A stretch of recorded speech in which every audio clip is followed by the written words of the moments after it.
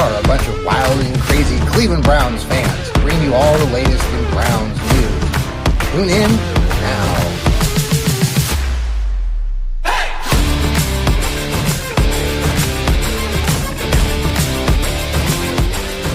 Boom, bam, it's Thursday night, and that means the Fanatical Elfz show. We're coming on a little later this evening.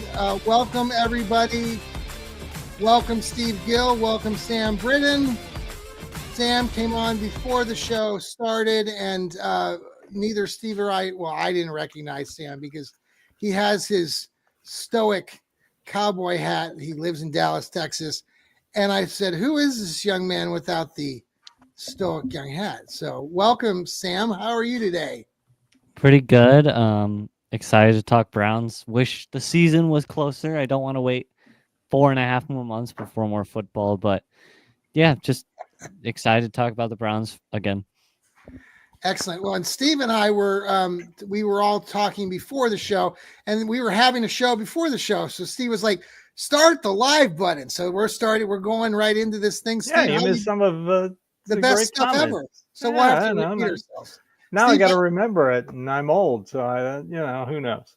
It's great now here in Nashville. It's a little cool. We had some storms roll through, thunder, lightning, heavy rain, but it's May.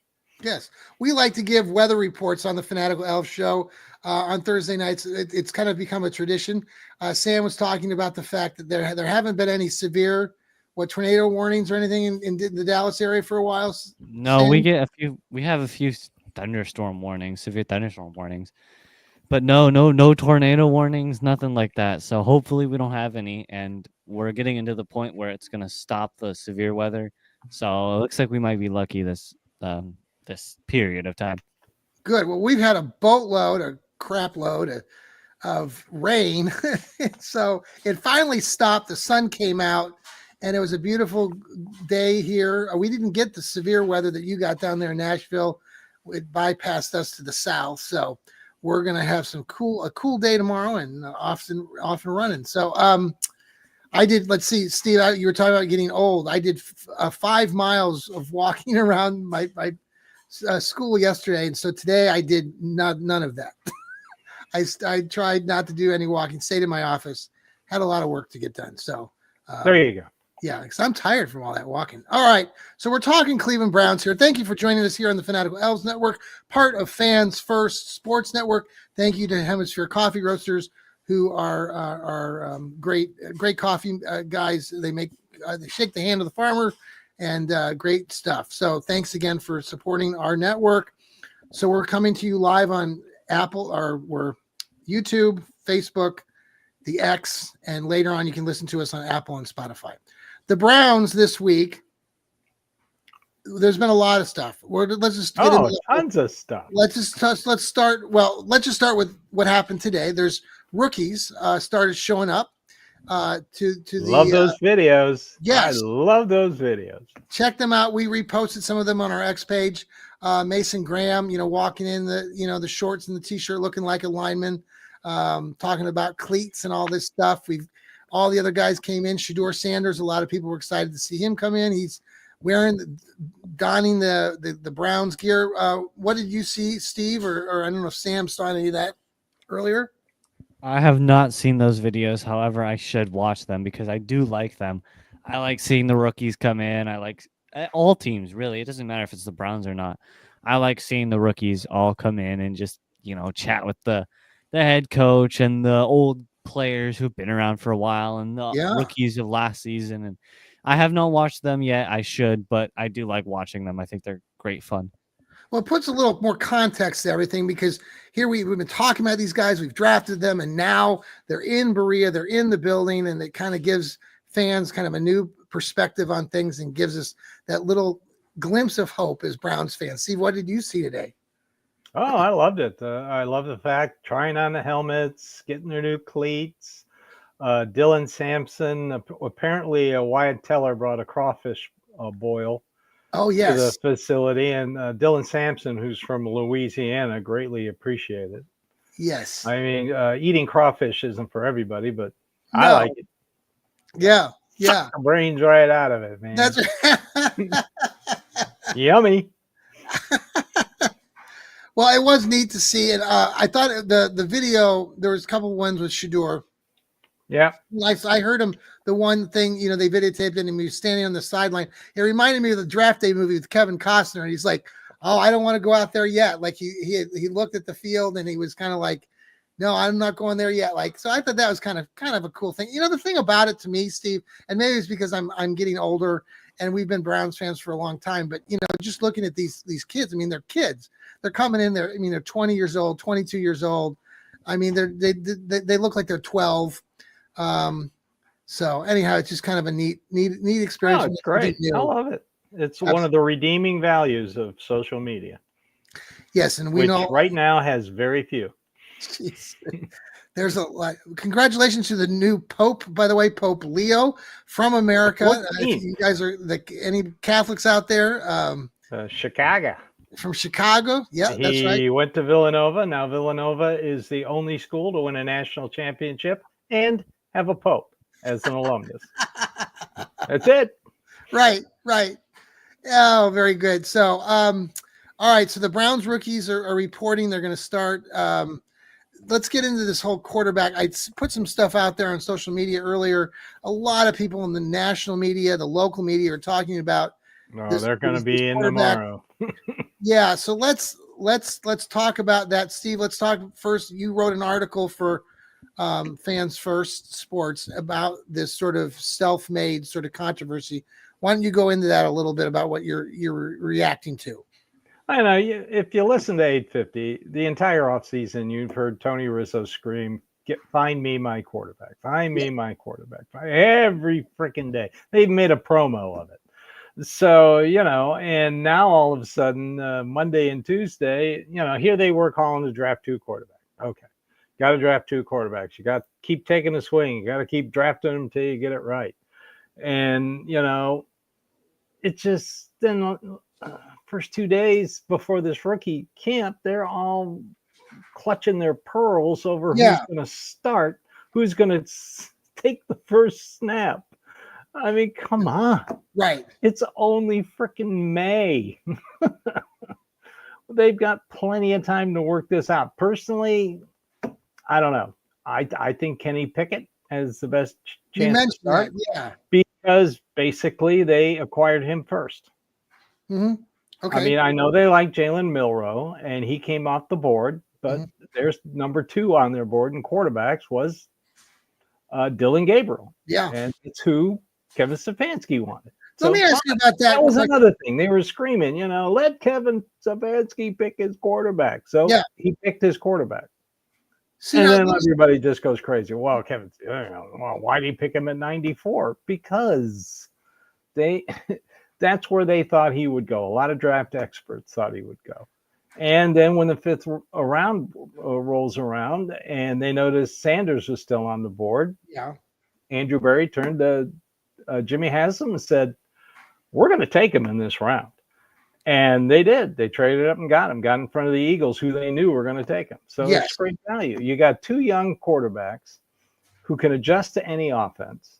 Right. One has a better arm, Gabriel. Yes. And then you've got 2 veterans to fight it out, Flacco and Pickett. So why are we getting all worried about it now?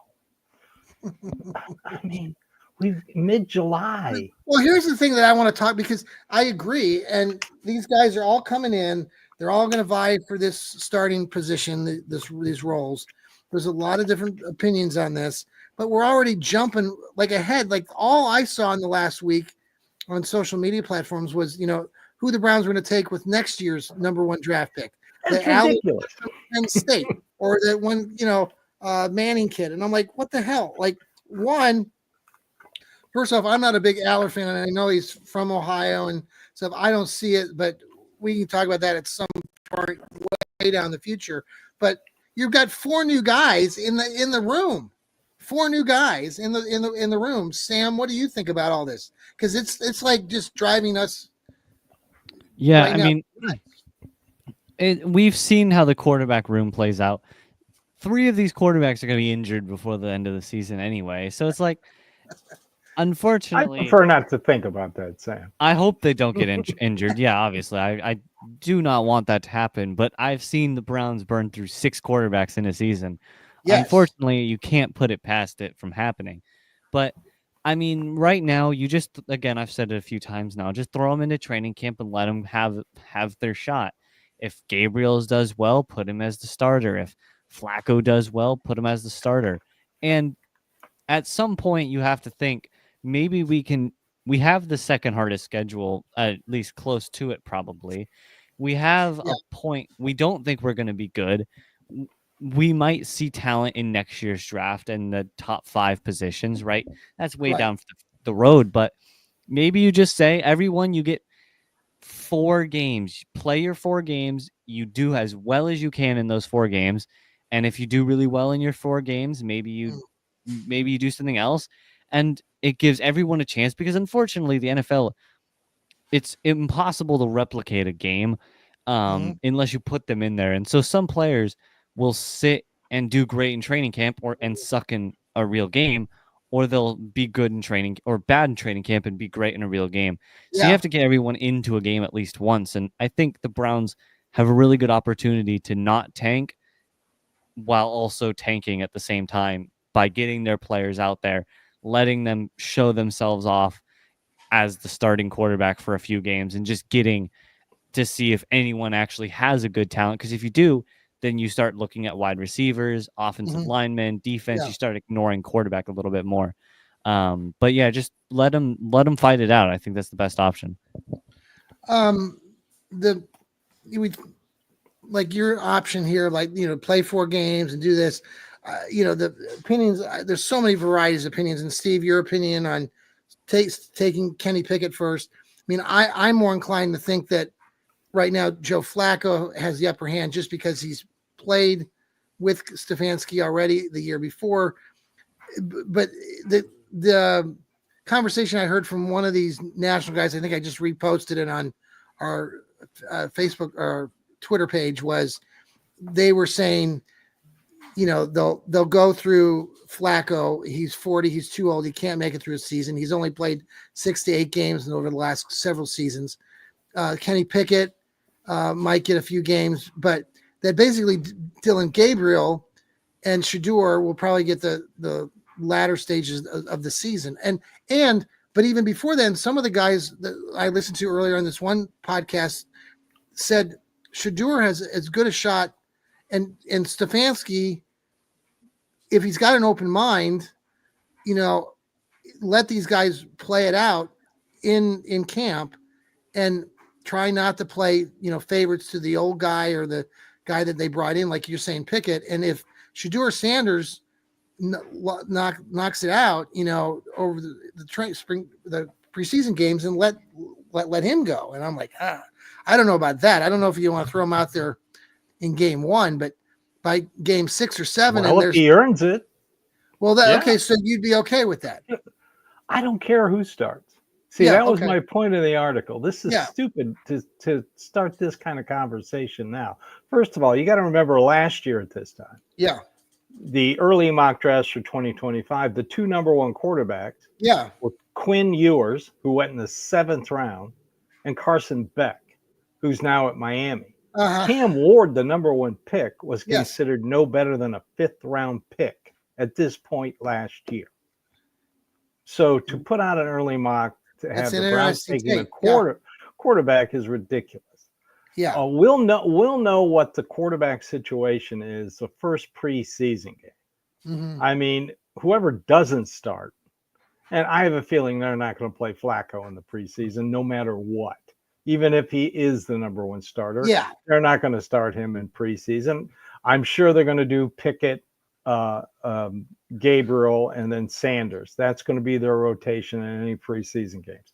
That's what makes sense. You don't like you said, Flacco knows the offense. He really doesn't need to come in.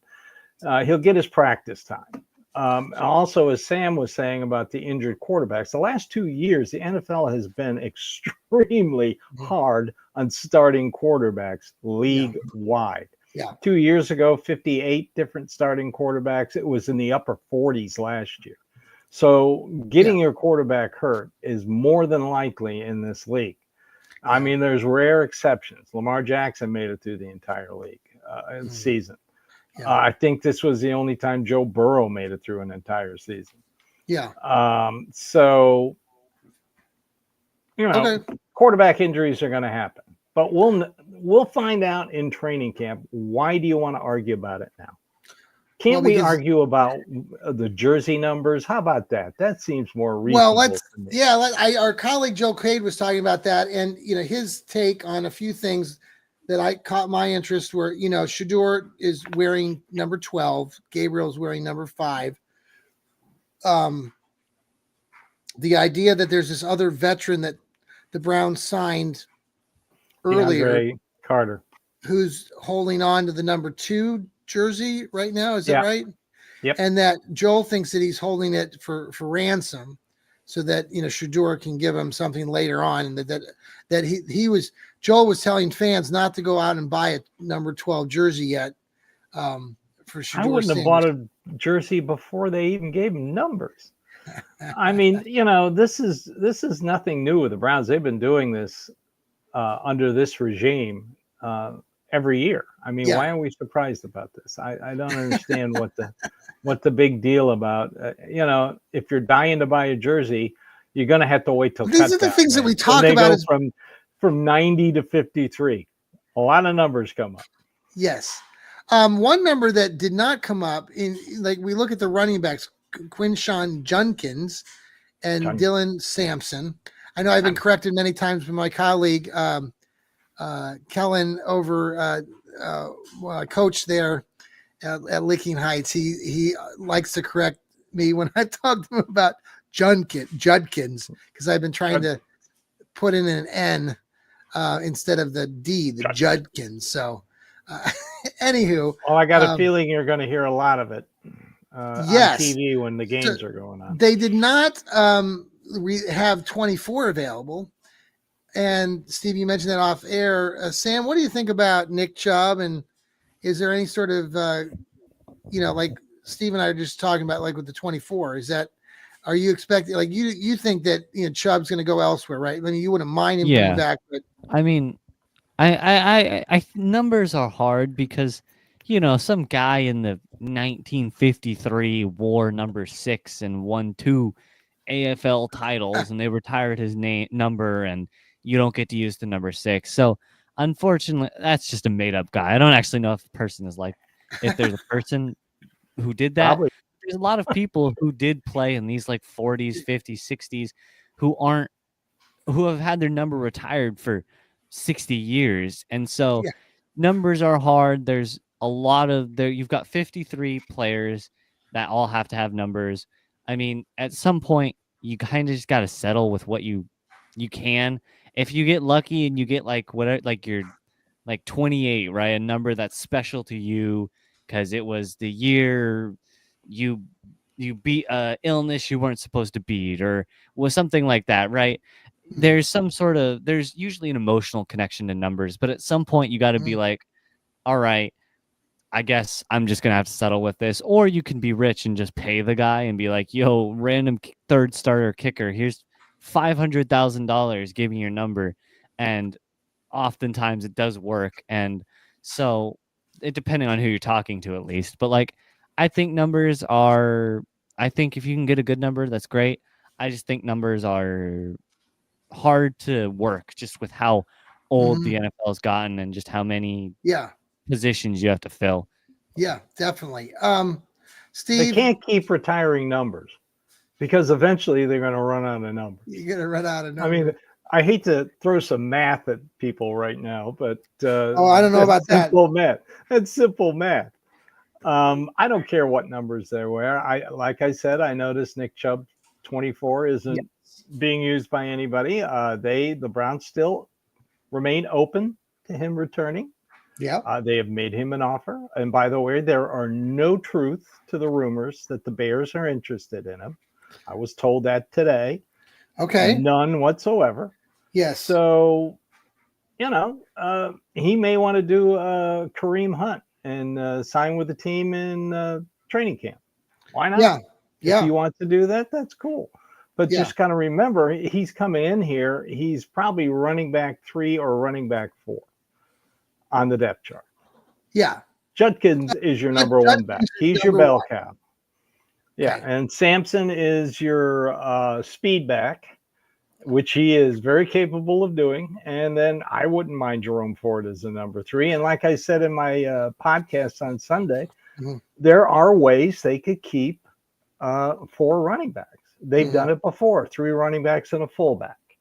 One Yeah. year they kept 3 running backs, and who's the running back from UCLA they drafted late? Oh yeah, yeah, yeah. Yeah, they listed him as a running back wide receiver and kept 5 wide receivers. They did. What was his name? So there's one guarantee that you're going, 2 guarantees you're going to have: 3 quarterbacks, 10 offensive linemen. Yeah.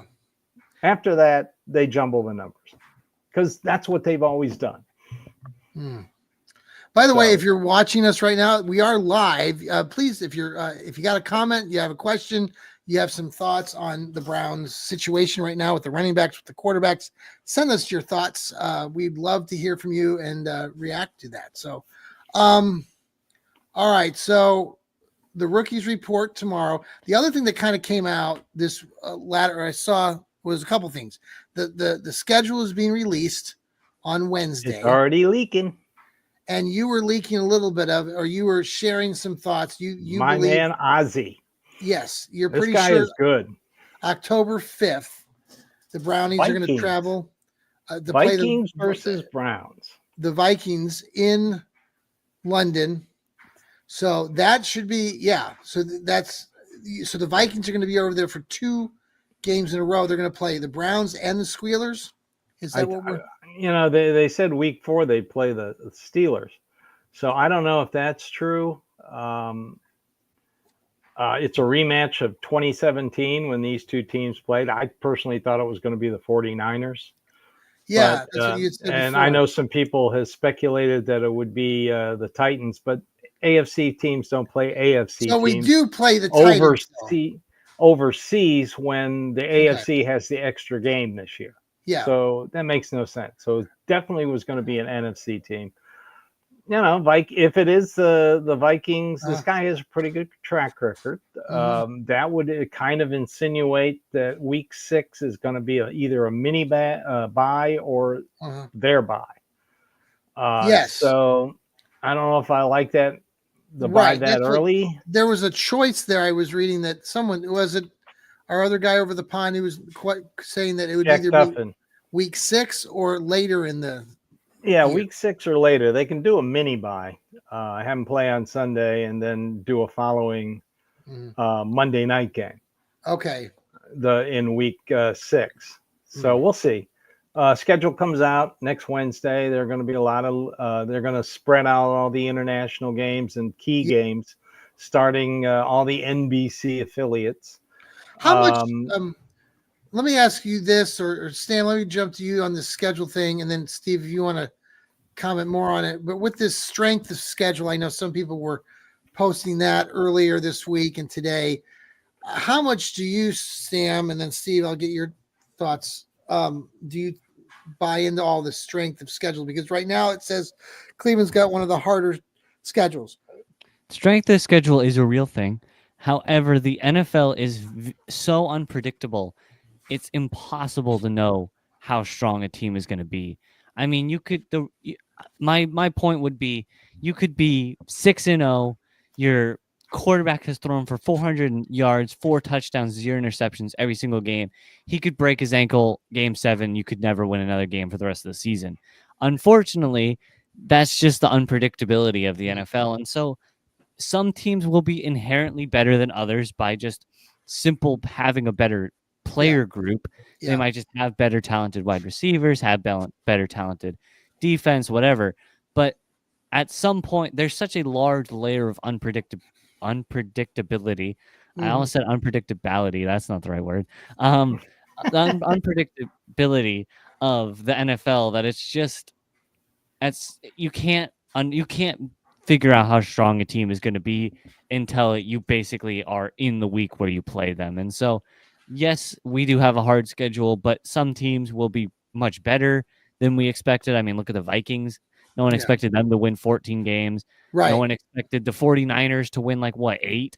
I mean, the Yeah. 49ers had been to the Super Bowl 3 or 4 times, Good and they point. fall off and only win 8 Good games. And so observations. Yeah. it's just a very, very And I don't think most people thought the Browns were going to be 3-14. And, no. you know, It's just a very hard thing to predict. So yes, we do have a hard schedule, but the randomness is too much for it to be considered until we get there. Steve?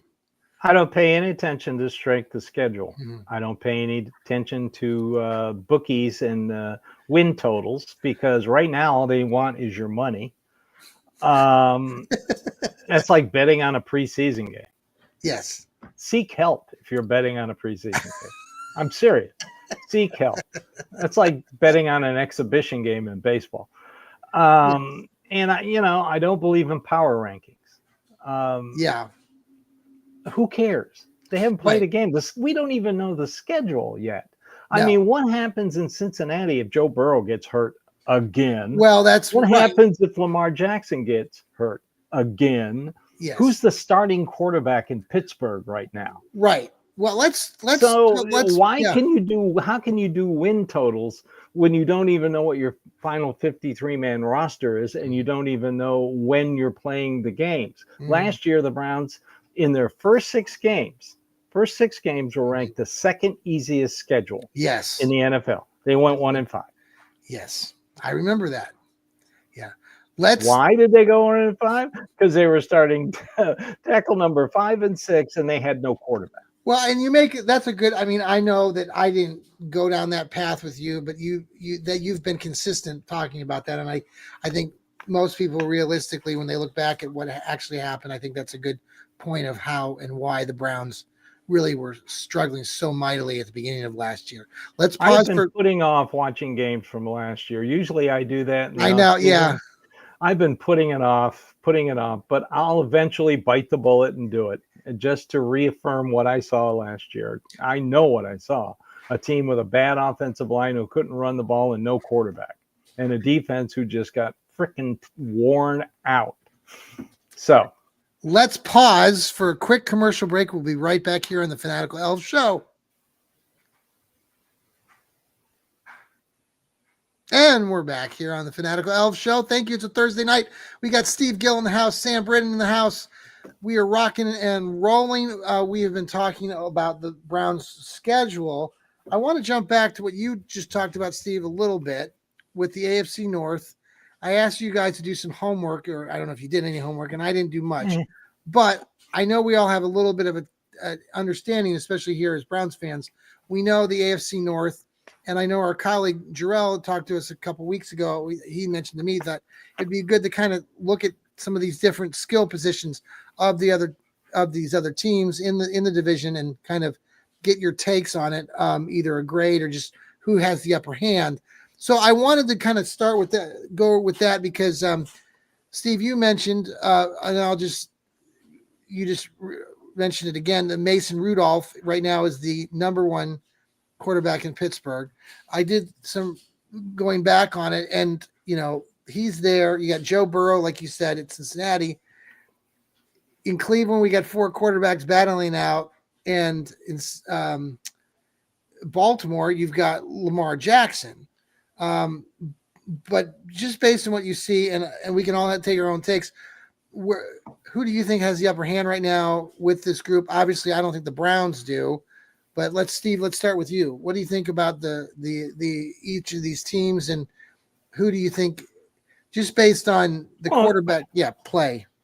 Baltimore, obviously, because of Lamar Jackson. Yeah. Even if Aaron Rodgers comes to Pittsburgh, they won 5 games last year, the Jets? Yeah.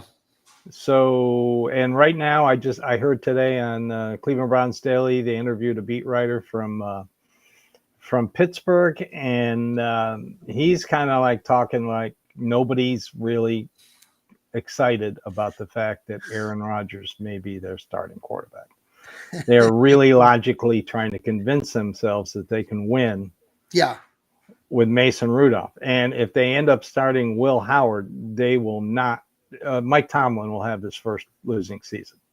because he And won't then survive. and then beyond that, it's Skylar Thompson, who was also a former K-Stater.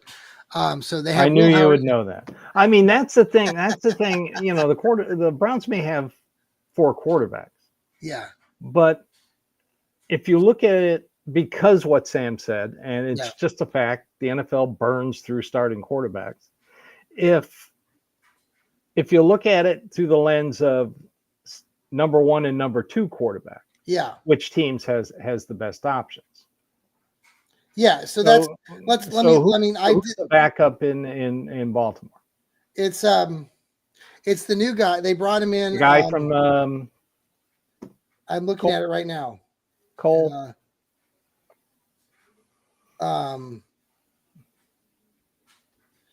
And right now, Cooper Rush. Cooper Rush. All right, so he's the backup. So is Kenny Pickett better than He's Cooper in Rush? Dallas, right there, Sam?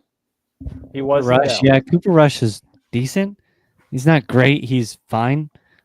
Fills in for Dak. He was good enough that they were like, "Oh, is Cooper Rush gonna start over Dak?" So he's not bad, Lamar but... Jackson's backup. So Will let me Howard ask is right now. Will Howard is, and Joe Burrow's backup is the guy that was Jake backup Browning.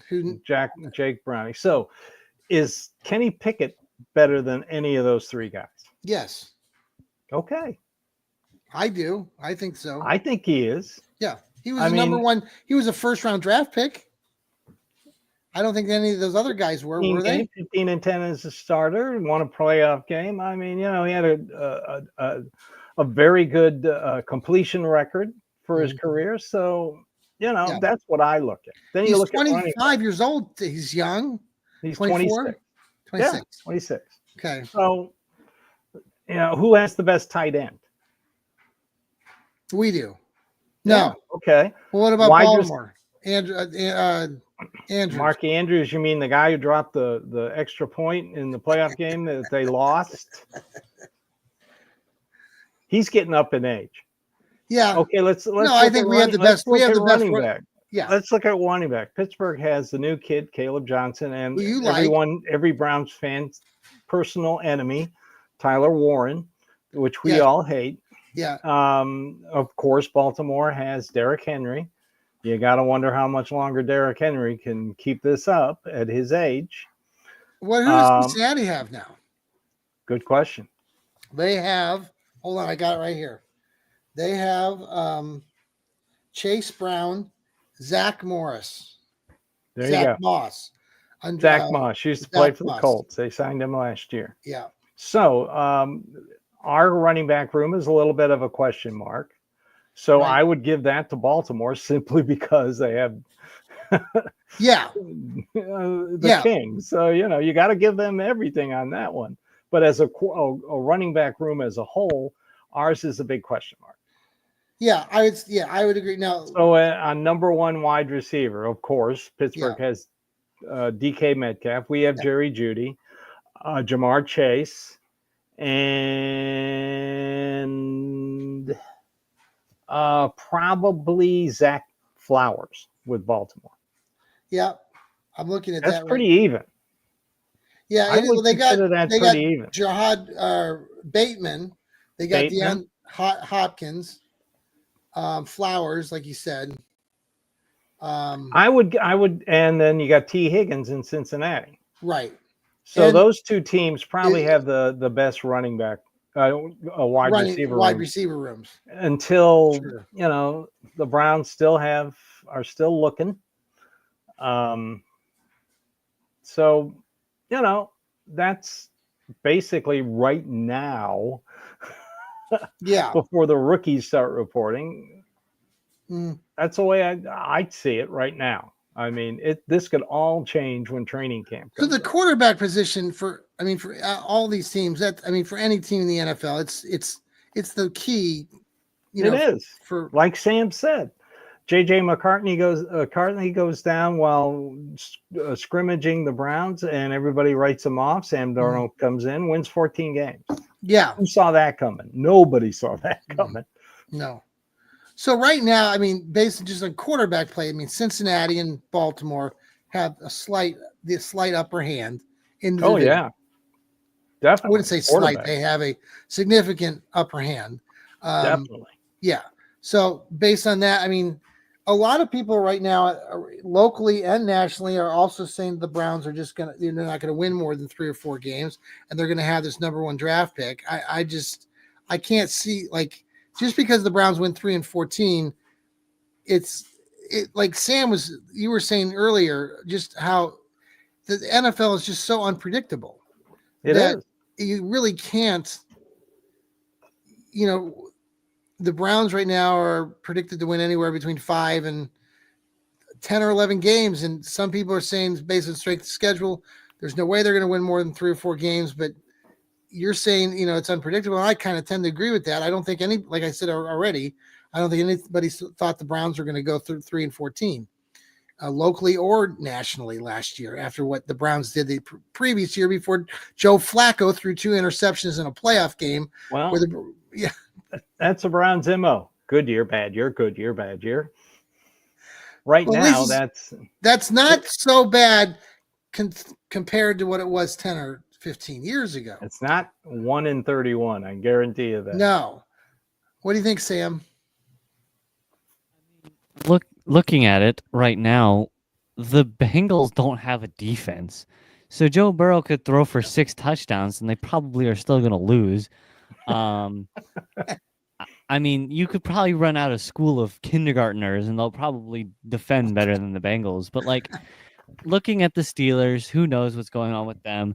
Tomlin is very good at bringing them to a winning record. I will give him that. They are not good at winning playoff games, though. They haven't been able to do that for a while. And the Ravens, the Ravens have been to the AFC Championship or into that vein multiple times now. And they've been beaten by the Chiefs, but who hasn't been beaten by the Chiefs at this point? And so I think the Ravens could have been in the Super Bowl maybe once if the Chiefs weren't in the way. And I think the Chiefs' reign of being the greatest team is slowly starting to close. I mean, you still have Patrick Mahomes, and Travis Kelce, but Travis Kelce's getting old. The team is kind of a little weird, but the Ravens are contenders in most senses. They have some holes, but I think they can fix them. The Bengals, who knows? They can't stop anyone to save their life. And the Steelers have been 9-8, 10-7 teams and made the playoffs multiple times. But let me ask, it's going to be a weird division. Sam, I'll stick with you on with the Squealers. And Will Howard. Are you a Will Howard fan? And do you think that he's like, people are comparing him to the next Ben Roethlisberger? Well, I don't think he's going to be the next Ben Roethlisberger. I don't think he's going to win more than 6 or 7 games. I think again that he is lucky. DK Metcalf was. I don't know if he is great anymore. He's had some difficulties, but he's a great wide receiver in some cases. They don't have a terrible team, but I don't think Will Howard's the next Ben Roethlisberger. I think it would probably be wiser to run out an older guy. The perception on this, Steve, on this whole conversation. Take off your scarlet and gray glasses, people. Right, look, that's what I'm saying. I am the biggest Buckeye honk in the world. I love the Ohio State Buckeye. But let's be realistic when you come to the NFL. He does not drive the ball. Mm-hmm. He just can't drive the ball yet. He doesn't have the arm strength. Mm-hmm. He's going to have to get the arm strength. That's the same with Shedeur Sanders. He doesn't drive the ball. Now, if Dylan Gabriel was 6'2", he would have probably been the second quarterback off the board. Mm-hmm. So, yeah. Okay. Well, all I'm saying is like Ben Roethlisberger, big guy, Miami of Ohio, huge. Will Howard, similar in stature, So and back when Ben Roethlisberger was quarterback of Pittsburgh Steelers, you really didn't need an offensive game plan. It was him making it up. How many times as a Browns fan, you're watching that Steelers-Browns game and you think, oh, they got him. Oh, he just threw a touchdown pass. Yeah. Yeah. Well, the thing is, I have had the chance, and I bring K-State up because I watched Will Howard for 4 years play at K-State. And my K-State family and faithful and friends will tell you today when, Will Howard decided to come to Ohio State, they were not like, oh, wow, that's a great pickup for the Ohio State Buckeyes. Will Howard was a nice complimentary quarterback, but K-State was not, he didn't do anything glamorous at all. So, and he benefited big time here in Columbus, having the wide receiver room that he did, and that talent. And the running backs he did. And the running backs. Let me ask you this, go back to the running back question, since we're talking about Junkins being potentially the starter for the Brownies. Some people have said that they would have preferred Travion Henderson, and that he has a little bit better burst. But he's injury prone. I loved the Junkins pick. I would have done the same thing. I like Henderson, but I would have taken Junkins first. You guys feel the same way? The only advantage Trayvon Henderson has is he is a better pass blocker than Judkins. But I like Judkins' burst. I like his one-step move. He's a one-cut guy, just like Chubb and just like Dylan Sampson. I mean, by taking these two guys, they tell you what kind of offense they're going to run right off the bat. Yeah. So, it'll be. But if you're ranking teams in the AFC North, and I agree with they also interviewed a Cincinnati beat writer, and Nathan Zagura asked him about defense, and the first words out of this guy was, "Well, I guess they're just going to use hope and a prayer on defense." What kind of game plan is that? Yeah, right. When your own beat writer is going, "Oh, this might be a long year." So I think that was the other getting back to the whole. I know this is kind of jumping around off topics, but like with the Brownies, in this draft that we just had, some people, including people I heard a few excerpts on 850, your favorite radio station, complaining about how the Browns taking Mason Graham and the linebacker Schlesinger, like, we need help on offense. Why did we take two defensemen? And I'm like, what the hell are you guys like? They're just making up shit. And it's just like, you took two of the best players. I know some people have said, I don't know who this linebacker is. I'm like, yeah, I know. And he was a walk-on. Okay. Go watch some tape. Go watch his games, man. He was dynamite. Like, this guy is a tackling machine. Exactly. And people that he was a walk-on, and then Chip Kelly put him on special teams where he became a special teams demon. Then Chip Kelly went to Ohio State and had a change of coaching staff, and the new coaching staff said, well, if you want to start, you've got to earn it. And he did. I mean, what more do you want?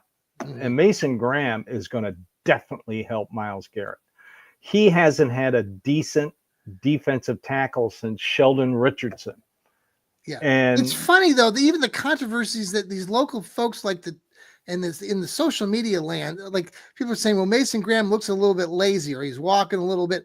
I hope he can play football. I'm like, what the hell is wrong with people? Like, what is wrong with you? Like, he's a great football player. Stop making comments on every step he takes when he's walking around, Berea, or walking into the facility. Like, people have too much time on their hands to be worried. Yes, they do. I can't wait for, like Sam says, I can't wait for football to start. Then we can actually talk about, I don't know, football. Yeah. So coming up, we got the selection, or the schedule release next Wednesday. And they'll be leaking all week long. We will have I will post it. We'll have our Fanatical Elfz show next week, Thursday, where we will talk about that schedule. I think Lou Marconi and I are going to do our Stirring the Pot show on Wednesday, so we'll probably have some more live reactions. Any of you here, Steve or Sam, you are welcome to join us on that episode if you're available. That'll be Wednesday night. I think it's going to be released at 7 or 8 that night, right, for the full schedule. So we'll be there for that. Steve, you're going to have your Dog Pound South show coming up on Sunday. Yep. Any more articles coming out? Possibly. I might crank another one out Friday. Sweet. I don't know. Okay. Sam, you got another Browns breakdowns? Hopefully I'll remember to text you about this one and not forget for 2 days. Maybe we'll see. I mean, not a whole lot going on right now. No. But, I mean, we'll see. Understandable, but we got a lot of great programming coming up. We've got Stirring the Pot show, like I said, with Lou and I coming up next week, the day of this the schedule release. He's got his Burning Browns River talk tomorrow night. We got Ethan Greenberg does a great job with Going Nuclear and the best doggone podcast in the land with him and Heather. We got Sherry helping out with Lou with Burning River Browns talk. Later tonight, right after our show concludes here in a minute, Rod Bloom and his brother are going to have their Browns Blitz coming on to you live. So stay tuned for that. If you're a fan of our Fanatical Elves, I know many of you love Rod and the Browns Blitz. So he's drinking a special brew tonight. They have a special segment at the beginning of their show. So look forward to that. Many other great shows. I mentioned Jarrell. He's got his dog food radio programming. Who am I forgetting? I know I'm forgetting somebody. I think you got everybody. Well, I got everybody. Joel Cade. Yes. What the elf? What? Joel has returned. Fast and Furious. Thank you, Joel, for coming back to us. We've missed you, and he has some great takes and some great humor. And he has his Ravens Ratbirds hate segment, which is always a very fun thing. The Ratbirds released their kicker. Earlier. Some league news. Of course, Pickens got traded to Dallas. I'm going to be interested seeing how he and CeeDee Lamb get together. Of course, Justin Tucker. That's so cool. He'll be able to catch all the intercepted balls Dak Prescott throws. There you go. And then you've got Justin Tucker, who was conveniently released as a June 1st cut. So technically, he's still on the team. Okay. Only after they drafted his replacement. Zero tolerance. Yeah. And then you have Jadeveon Clowney was released today, and Browns fans, he is not coming back to Cleveland. Myles Garrett hates his guts, and he will never step in that door again. Besides, they're going younger at end and D line. They've already got. He's not really a pass rusher. He's a run stuffer, and Isaiah McGuire is better at it and cheaper than he is. Yes. Oh my! No, it's. Final eventful thoughts. Week. Yeah, well, we look forward to seeing you guys, talking to you guys more. Everybody, we really, really appreciate you guys tuning in here to the Fanatical Elfz, part of Fans First Sports Network. Thanks again for joining us. Go Browns. See you next time. Go Browns.